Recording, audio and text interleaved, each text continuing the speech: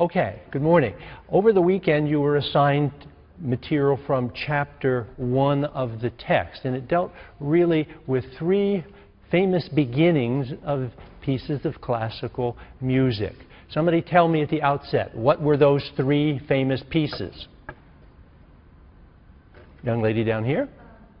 The first one was Beethoven. Okay, Beethoven's Fifth Symphony. What was the second one? Yeah, a piano concerto number 1 of Tchaikovsky, and the third one?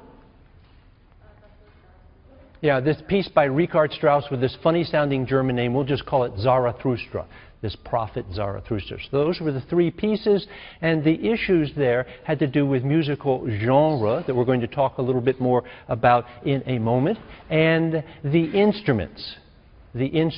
And you went ahead and worked with listening exercises 9 through 11 to engage the musical instruments a bit in those particular exercises. And we have performers here today that are going to, as you can see, demonstrate some of these instruments for us. Let's make one point very clear at the outset. Oftentimes I get student papers that refer to Beethoven's Fifth Song or Tchaikovsky's First Piano Song. Is that right? No, that's not good at all. Are these songs? What do you have to make something a song? Lyrics. You got to have a text. So we don't have, in 80% of classical music, we don't have lyrics. We don't have a text. Well, yes, with opera, of course, but the other 80% is purely instrumental music. It works its magic again through purely instrumental means. So we can't really call those songs. And this puzzled me. But one day I was sitting there at iTunes and I wanted to buy an interior movement of a Mozart serenade. So I was all set to purchase this, and it said, buy song. Boom. That told me the answer. That's where this terminology comes into play. Because on iTunes, we buy songs. It could be purely instrumental, but it's called buy a song. But we don't want to use that sort of parlance. We want to be a bit more sophisticated than that, if you will, and use other terms. So we'll talk generally about Beethoven's composition, or Beethoven's piece, or Beethoven's work, or his masterwork, or chef d'oeuvre, however fancy you want to get with it. We could also go on and be a little more precise and say it belongs to a particular genre. We could use the name of a genre. Now, I'll be talking a lot about genre in this course. Genre is simply a fancy word for type or kind. So what genre of piece is this by Beethoven? Well, it's a symphony. Symphonies have 4 movements. What's a movement?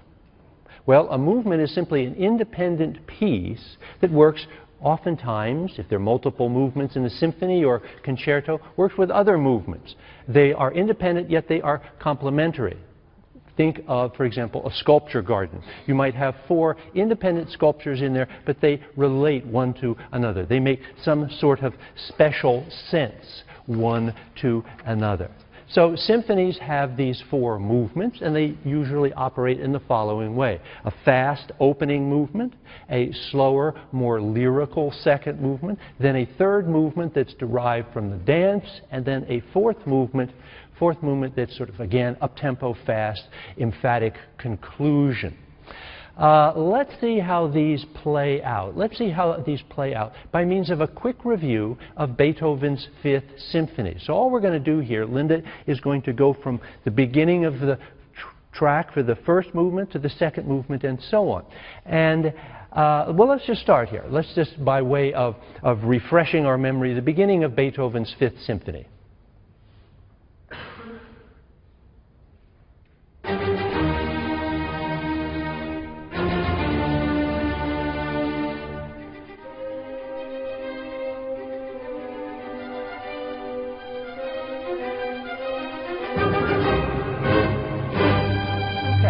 Pause it there, and as we said last time, it operates in that fashion. And that beginning gives us a good opportunity to make a distinction between 2 types of melody, between this idea of a motive and a theme. Both are sort of subsets of melody, if you will. As I say in the textbook there, the beginning of the Beethoven Fifth is something like a musical punch in the nose, right? Ba-da-da-dum, sort of grabbing you here, hitting you in the face, whatever, musically. It's not a very long idea. How many notes is in this opening gambit here? How many pitches? 4. Ba, ba, ba, ba, short, short, short, long. Okay, so that's a classic example of a motive. A motive is just a little cell, a germ, out of which the composer will build other musical material. Now let's contrast that with what happens in the second movement of Beethoven's Fifth Symphony, where we have a lyrical, long-flowing theme. Okay?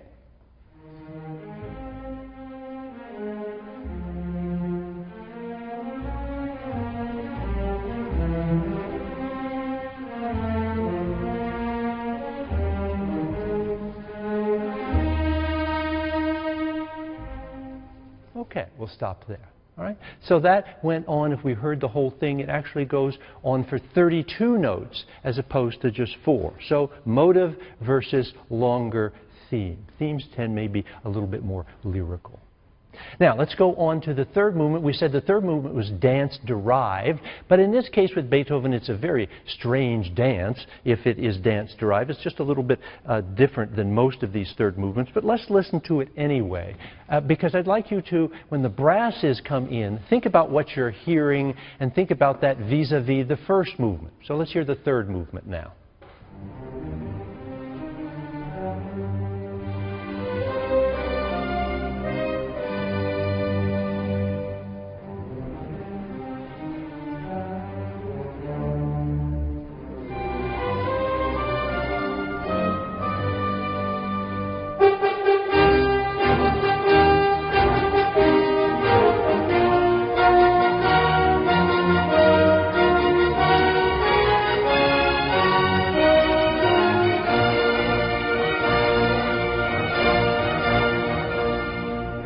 Okay, so what happened there when the brasses came in?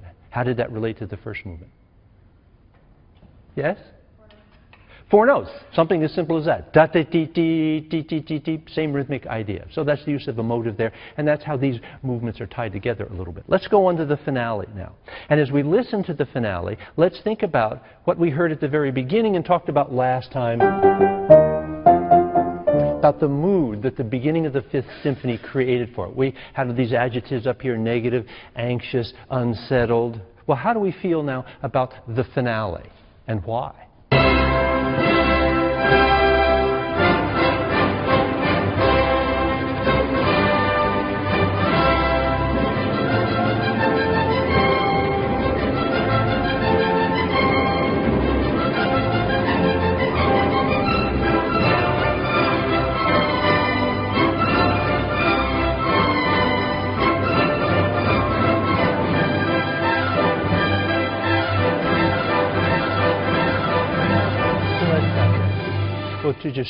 You just turn the volume down a little bit as we go down. So why do we feel differently about that? I think we do. What do we feel there? Well, sort of upbeat, positive. What's turned all of this around? What specifically? Well, with the first movement, we said he's generally going in that kind of idea, but now it's... And we'll explore this when we get to harmony, this idea of major and minor. So we're going... But now... That's a change from the dark minor to the brighter major. We were going down in the first movement. Now we're going... It's going up. And instead of having just the violins playing, we have the trumpets, the heroic trumpets. So it sounds very triumphant. Very triumphant. So in this 40-minute interval, we've gone sort of through an emotional musical journey here, from despair, despondency, uncertainty to whatever, to personal triumph. And in a way, that mirrors some of the things that were going on in Beethoven's life. Okay, let's go on to talk about the second piece. We're finished with this idea of the genre of the 4-movement symphony. Let's go on to talk about the piano concerto. Concertos are generally in 3 movements, so the concerto is another genre. It's a genre in which a soloist will confront the orchestra, and there'll be a kind of give and take, a spirited give and take between the two. So now we are going to listen to the beginning of the first movement of Tchaikovsky's piano concerto. You've worked with this already, so you're a little bit familiar with it. And at the outset here, I have two questions for you. Is the beginning here played by the brasses or the strings? In other words, or the woodwinds, what family of instruments is playing here? And is Tchaikovsky using a motive, or is he using a theme at the very beginning of this concerto? Up a little bit, Linda, just up a little bit. No, turn it up.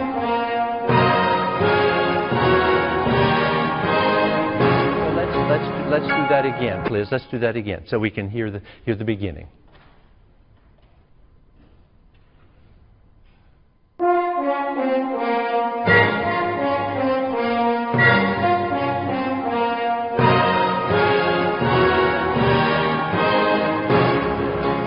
So what about that? Theme or motive at the beginning? Motive. All right, so here it was, I think. How many notes in our motive? Same as in the Beethoven. Well, why isn't it the same? Well, we got a skippy Beethoven. But here with Tchaikovsky, he's coming down, just straight down. Down consecutive intervals there for the most part. And both of them are, however, minor. With the Tchaikovsky, all the intervals of the durations are the same. But with the Beethoven, short, long. So Tchaikovsky's a little bit more neutral in terms of the rhythm. Okay, so then we go on, and the piano enters. What is the piano doing? So let's hear the piano come in just a bit. Just play a bit more, please. Okay, let's stop here. So what's the piano up to? Well, the piano is just playing chords.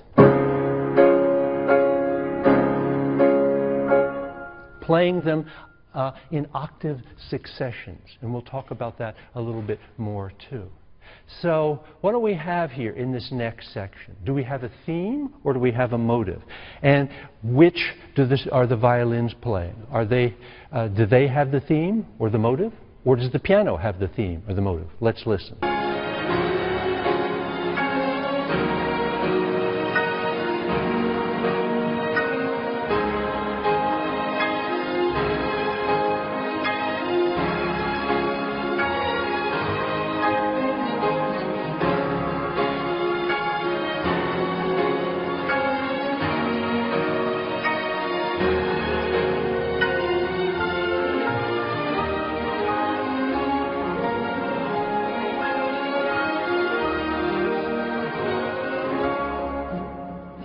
Okay, so let's stop it there. So what were the violins playing? Theme or motive? Theme. What was the piano doing? Yeah, just the same chords. Ya dee dee da ba ba ba ba ba ba ba ba ba ba ba ba ba da da da da ba dee da da. In that fashion. I'm singing the melody, they're playing a chordal accompaniment against it. All right, let's listen to the next iteration of this theme. We've identified this as a theme. Who's got the theme now? Is it exactly the same? And what are the strings up to in terms of string technique here?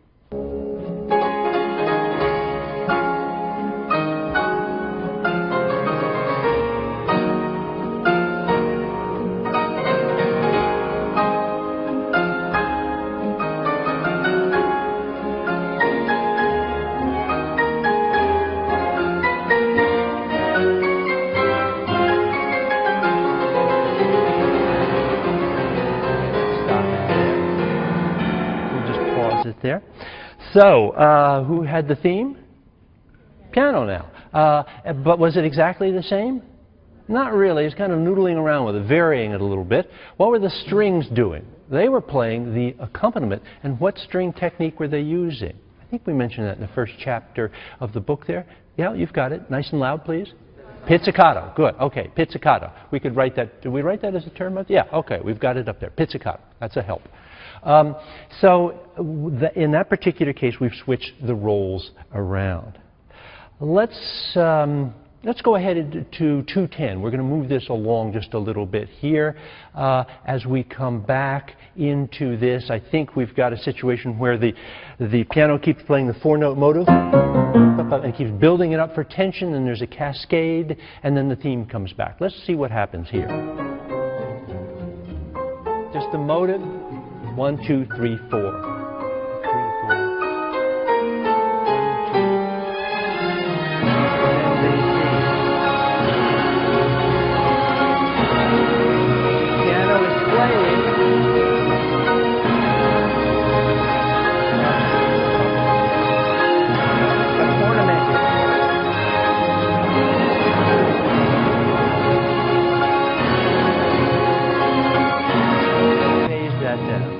All right, so that's an introduction to a 3-movement piano concerto. Happens to be the first of these 3 movements, and it's pretty spectacular music. I hope you like that music. It's one of the great melodies of all time. It's a wonderful example of a theme. Having talked just a little bit about genres, we could conclude by saying there are other kinds of genres in music, of course. We've been introduced to this idea of the tone poem. The Strauss Zarathustra is a tone poem. That's a kind of one-movement work in which the composer tries to tell a story or play out a historic event. Or, in the case of the Strauss, I guess, to give us the beginning of the contents of a philosophical novel through music. So tone poems are one movement. And we have got other kinds of genres of music. We've got opera, we've got cantatas, sonatas, ballets, things such as this, and we'll get to each of those in turn. So that's the end of the discussion of genre. Let's go on now to talk about instruments and how instruments produce sound. Eva Heater, come on up. This is my friend, longtime colleague, music librarian extraordinaire and professional French horn player, Eva Heater, who will demonstrate here. Come on over here right in the center. Gene Kimball is in the basement somewhere recording all of this. Oh yes, very exciting here. What a time to be alive, huh? Yeah. Eva is going to just demonstrate the physical process of playing the French horn. The horn obviously is a brass instrument. And what makes the sound is a vibrating column of air. In this case, the basic column of air is 12.5 feet long. And there's something called partials, or the harmonic series, that happens in anything, on a string instrument or whatever. But on the horn, it's very distinct, and that's what makes the different notes. Let me demonstrate to you the harmonic series.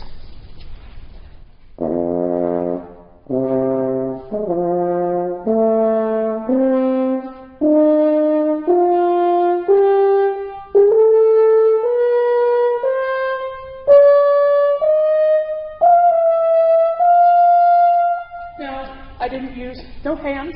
That was just the notes that are naturally on the 12.5 foot length of vibrating air. That's the harmonic series that's on that.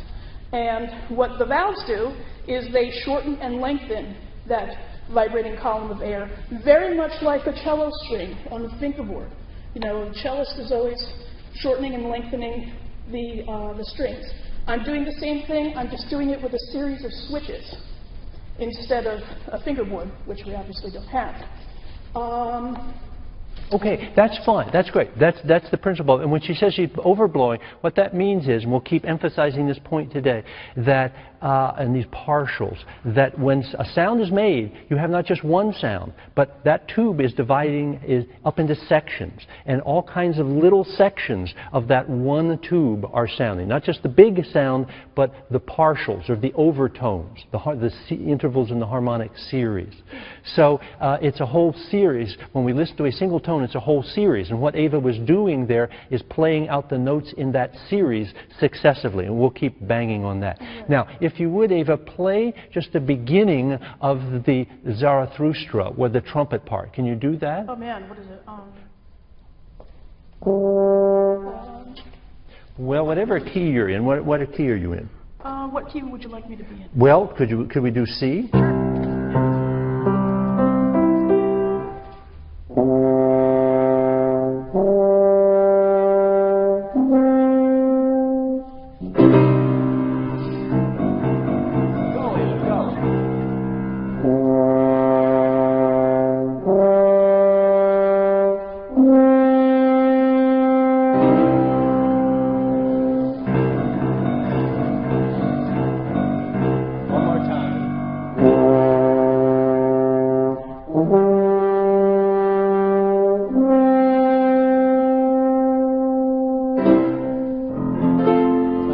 that's another note. Thank you very much. Thank you very much. Okay, now Ava has another gig out in Guilford this morning, so she's going to run off. And I'm going to show you, maybe, if we can get our slides up, this overtone series stuff. Okay. Okay? It's a mathematical thing, too. It's all math. I hope I've got it on the slides. Gentlemen, I'm going to hit what I was told to do, function F8, is that right? Ha! All right, something came up and then disappeared. All right, so may I have a technical person please bring... Press it one more time. Press it one more time. 8. Okay, so we don't... All right, so I tell you what, we're going to just leave this up and I will bag the other slide. I have slides with all this information on it, but we can't seem to bring these up. What we've got here is the following, this idea of partials that Ava was talking about, with ratios 2 to 1, 3 to 2, 4 to 3, 5 to 4, 6 to 5, and so on. And the point here is that the way we differentiate between instruments. Anybody tell me this? You tell me this. It's always better when students answer. Why does a trumpet, if I ask a trumpet to play this pitch, a trumpet player, then I ask an oboe to play it, the sound would be very different. Why is that the case? Gentlemen here? Different overtones. Well, actually, they all have the same overtones in a way. The same frequencies would sound, but you've got it 99% of it. It's which partials are particularly prominent, have extra punch or extra volume to it. Is it the oboe may have the 7th partial very strong and the 3rd partial very strong, whereas the trumpet, I'm just making all of this up, of course, the trumpet may have the 2nd partial and the 4th partial and the 6th partial. So it's which of these partials are sounding within each of these instruments, and the physical properties of each of these instruments are different. It's the particular blend. Here's a really dumb analogy. Any scotch drinkers in here? No, of course not. You're way too young to do that. But think about a blended scotch. You know, you'll get a little of this, little of this, little of this, and it makes up whatever it is that you end up with, a particular recipe for that liquid. Well, we have a particular recipe for instrumental timbre or instrumental color. And it's the intensity of the overtones or partials within each particular instrument that creates that. Okay, now we're going to go on and talk about a woodwind instrument here. So Linda, come on up. Linda is a bassoonist. She's also, this is Linda Paul, who will be one of our principal TAs here. She is a PhD candidate in the Department of Music, just passed her qualifying exam with flying colors. So here she is to demonstrate the bassoon for us. Lowest member of the woodwind family.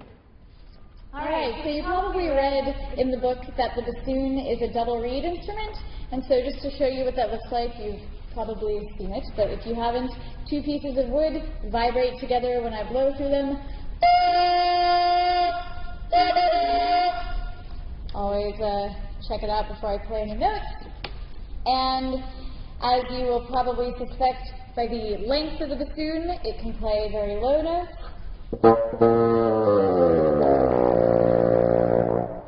And if I put a little rag in the top, I can get it even a little bit lower than that. I didn't bring one. But actually, amazingly, it's a very versatile instrument. It can also play very high notes. As you can see, there are a lot of keys on it. There are 9 keys for my left thumb alone. So I'm kind of switching between these on the back here and many others. And because of that, I can go very high, and I'll just demonstrate that.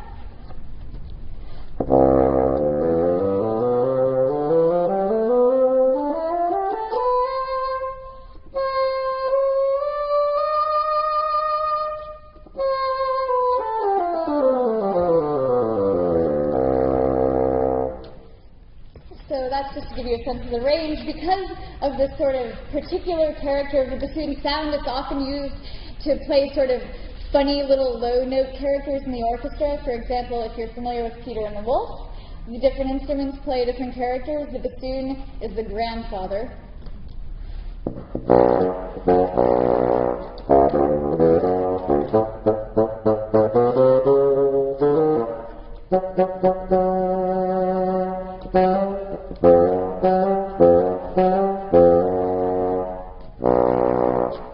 Cool.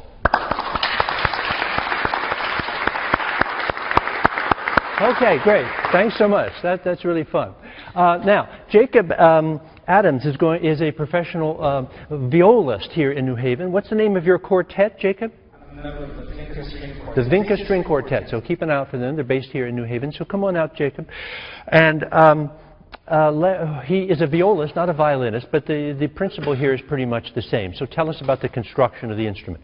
Okay, so obviously we've now seen a little bit of the brass family and the woodwind family, and the other principal section of the orchestra would obviously be the string family. The viola is very similar to the violin, so anything I say about the viola applies to the violin as well. And of course you all are probably familiar with violins and the size. The violas are a little bit bigger. This particular one is about 16 inches long. I'll put the bow down so I can show it better.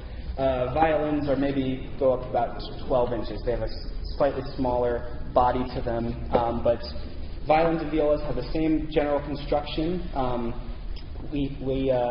the sounds are produced by the strings on the instrument and how the bow is pulled across the instrument. The bow is made out of typically horsehair from the tails of horses. The strings are now metallic, but 16th, 17th, 18th century they would have been made out of catgut. That was much more common, and still some people. Okay. So I'm sorry, I got lots of things going on here this morning. So just play a scale quickly, and then vibrato, pizzicato, and tremolo for us. So again, this is on a viola, so it has a deeper, darker timbre than a violin. But here's a scale.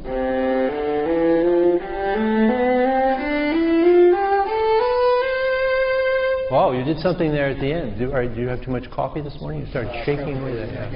So tell us about what you were doing there at the end. So there are all sorts of different little technique things you can do to create different colors and sounds on all string instruments. So this applies to any of them. One of them is the technique you saw me do with my left hand where I wiggled it a little bit. It's called vibrato. You hear it in human voices as well, and you can do it on other instruments. But on a string instrument, it's the difference. I'll play a melody without vibrato and with vibrato so you can see the difference.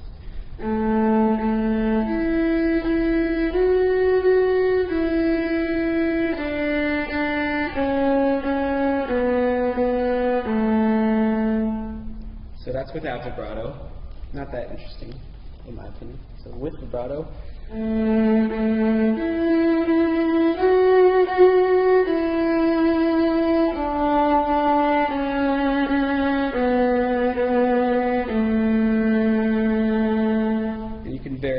And the speed and the length, there's a lot of variety. Okay, and then just quickly play a pizzicato for us. Sure.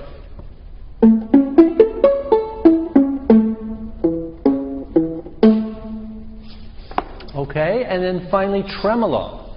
Tremolo, yes.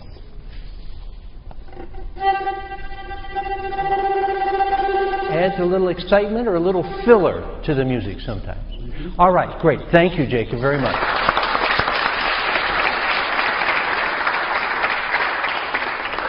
So I don't know if whether technically this will work or not. I've tried all morning to get this to work. I have it up on my screen, but I don't see it up on the screen there. Can I have a tech assistant to all right, we'll go back here to try this. It began, nothing happened. Well, that's why I asked somebody to stand up here. Yeah, it doesn't do me much good to have somebody in the back going like this. Okay, what I would like, what I wanted to show you was a clip that actually my daughter brought to my attention just this past weekend. She was watching television. America Has Talent. Anybody watch this? America Has Talent? And she said, Dad, you've got to watch this. This is the most amazing thing. They've got these two guys on here called Nuttin' But Strings. So I did, and I went to, she sent me the link to YouTube here. Now let's see if we can get this to go. I don't know.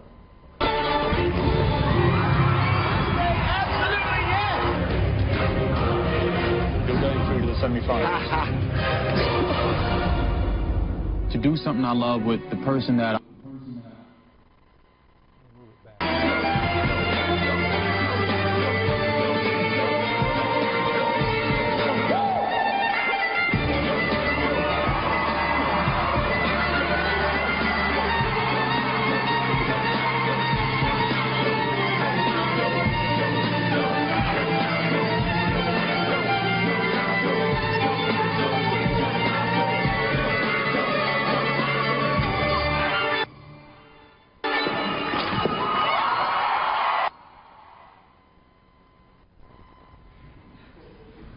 So obviously the violin is not just this stodgy old thing from the Renaissance. It has some legs today.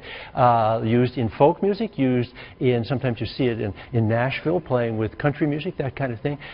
Is this a travesty to use a violin with hip-hop here? I guess this is hip-hop. Of course not. This is wonderful. This is the best thing that has happened to the violin in the last 100 years. There will be millions of kids out there now saying, gee, I'd like to learn to play the violin too.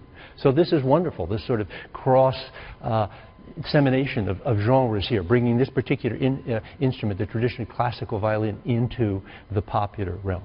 All right, so let's put that aside. We've talked a little bit about sound production here. I've got two pieces I'm going to work with here for the end of our session. We have 15 minutes left, and here are these two pieces. The first you can see on the board up there is by another Russian composer, Modest Mussorgsky. It's called Polish Ox Cart, from his work Pictures at an Exhibition. What happened was he had a friend. The friend died. The friend was an artist. The friend left these pictures as an homage to the painter. Mussorgsky sat down and tried to create a musical response to each of these paintings that were on display. Now, this is a piece that's always interested me because the painting is very pedestrian. It's of an old Polish ox cart sitting on some godforsaken road in rural Russia somewhere. So how do you make that work as music? How do you turn that visual image into music? How do you turn that into a sort of live sonic scape? And I should say at the outset, I'm going to prejudice your listening here just a little bit. I hear this as me being in the center and this ox cart starting. Could it start either side? Doesn't matter. Everybody moves left to right. So I'm going to hear this moving left to right. It comes in front of me, almost rolls over top of me, runs me down, and then disappears to my right. So, as we listen to this, you think about what are the techniques by which Mussorgsky creates this musical action scene. You should be able to come up with two pretty good ideas here, two pretty good answers. All right, here we go. Nice and loud.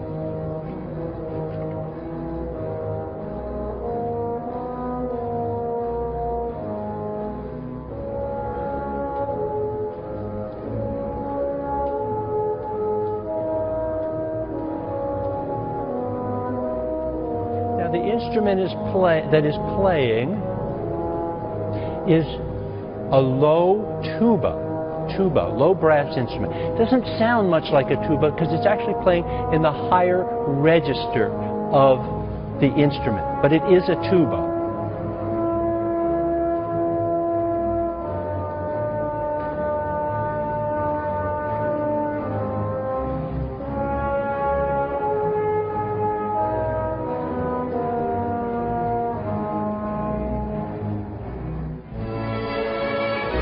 Now the strings, turn it up just a little bit. Strings come in with a counter idea, complementary idea.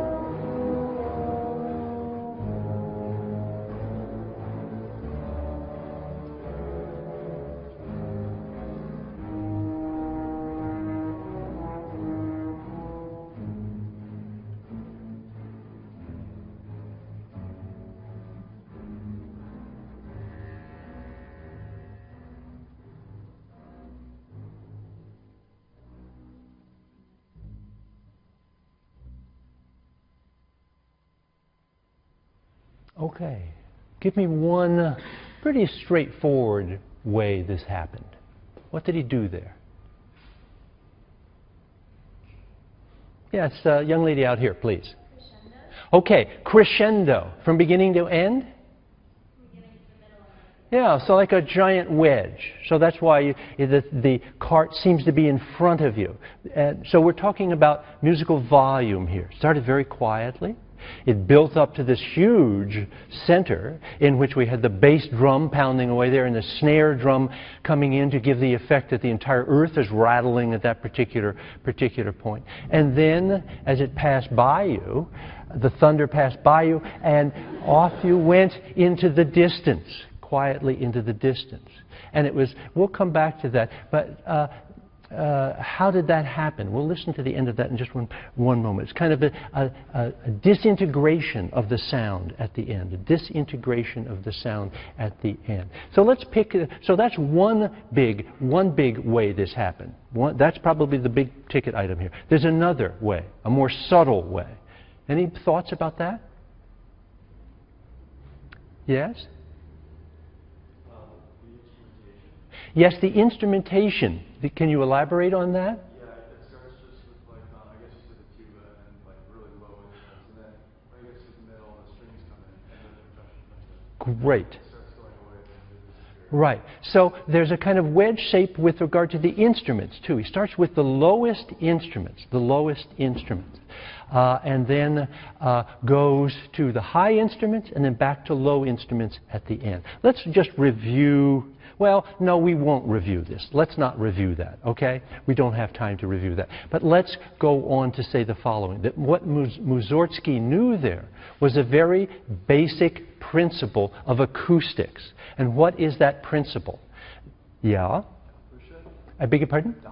Well, to some extent. I'm going to give an example of that, of the train kind of going by you and the sound heading off in the other direction. Yes, to some extent it is that, yes. But what I was thinking about here is this idea that the lowest sounds create, or the longest sound waves, and they last the longest. The lowest sounds create the largest sound waves, and they last the longest. The lowest sounds last the longest. Why might this be the case? So here, not having too much confidence in our slides this morning, I went ahead and put this one up on the board here. Here is one pitch. Here is a pitch of a string an octave higher. So you can see it this way. As you probably know, if you take a long string and pluck it, it's going to take that long string a long time to pass that sort of cycle, if you will. Just one pass through that cycle. The string half a length will pass through that cycle 2 times, so that you can kind of graph these up here as one long low sound or one faster vibrating sound an octave higher. So again, low sounds or low frequencies travel farther. Now you've experienced this in your own life. You're standing in a street corner here in New Haven. In the distance, what do you hear? An automobile approaching with a souped up audio system in it. And what sound do you hear at the very first? Vroom, vroom, vroom, vroom. That kind of thing. Then maybe, and then maybe some kind of melody will come in. And then it'll all come together right in front of you, and it'll kind of disappear in the distance. You're at a football game. You've probably experienced this too. The band is marching on the field. Suddenly they do the Doppler effect, where they turn their backs to you, or in a way, and they're playing away from you. And you hear very little sound. What instrumental sound do you hear? Boom, boom, boom. The bass drum and the tuba, or in the marching band would be a sousaphone, they would call it. The bass drum and tuba. So Mussorgsky knew this kind of thing, and because he was a professional musician, and was playing off of it to create this rather unusual and remarkable musical soundscape here. Okay, I have 5 minutes left. I'd like to do one last piece. It's another piece by Richard Strauss. It kind of brings us to the end of Richard Strauss, our discussion of Richard Strauss. We'll say goodbye to him here in our course. It's called Death and Transfiguration. Death and Transfiguration. And I hear this as a companion piece, a kind of pendant to the Zarathustra, One sort of opens up the beginning of life here, and the other closes it down through a referencing of death. There's an interesting anecdote about Strauss, and that is that on his deathbed he said to his daughter, Alice, he said, "Alice, it's the funniest thing. Dying is exactly as I composed it in Death and Transfiguration." What an odd thing to say. But in any event, here's how this works. We've been talking about this overtone series with Zarathustra. Eva played this overtone series. He's basically working up to the upper partials. Now he's going to work down the partials. He's going to close it back down here with death. And he's going to close it back down using a process that we frequently encounter in music, and that is this idea of dissonance resolving to consonance. Here's a dissonance. Here's a consonance. There are precise technical reasons why these are the way they are, but let me try to cut to the chase here. With dissonant intervals, they tend to be frequencies that are sounding right next to each other, very close by frequencies. They sound dissonant. If you allow a little bit of spacing, a little more space between your frequencies, they're a little bit farther apart, then you can move from closeness to spacing and you get the consonants. Generally speaking, dissonant intervals have ratios such as 9-8 for the whole step or 17-16 for the half step. They're irrational numbers.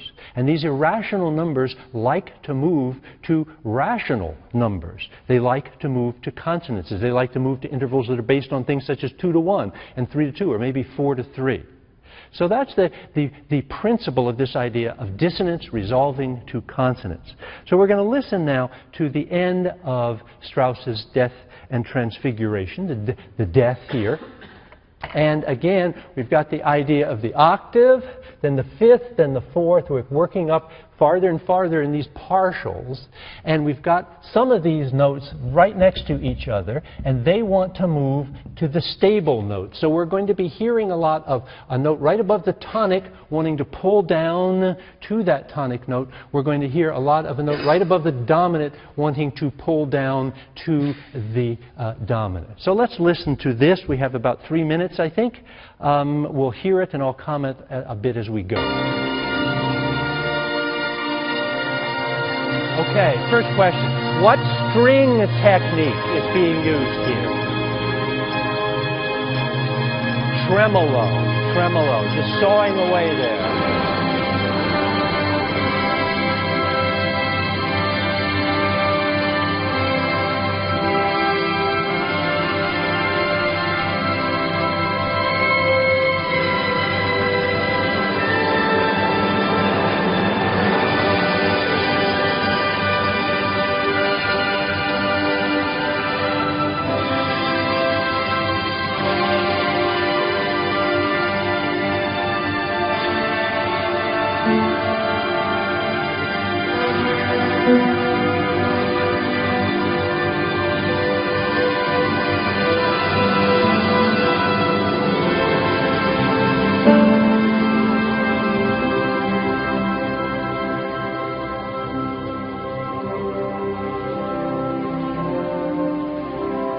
Just working with the four-note motive here.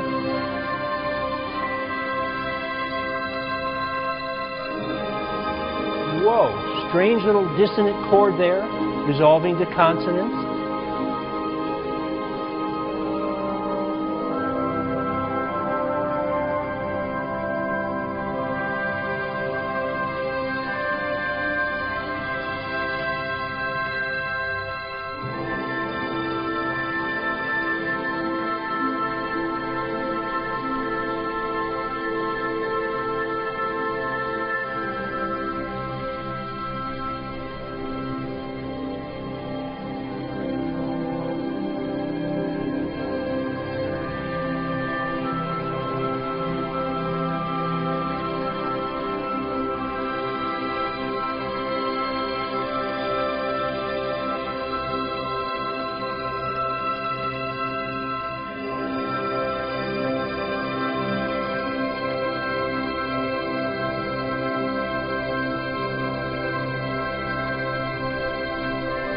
And here it's all just tonic. Just the basic primordial note upon which all these other tones are built.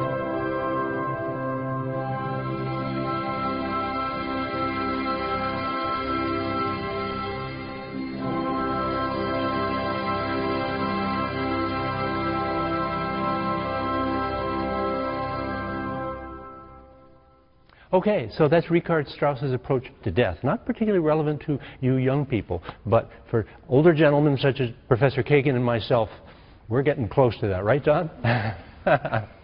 So, thank you all for staying with us this morning. I hope you enjoyed that music. We'll see you in sections starting this Thursday. If you have any questions, come up and see me or send me an email.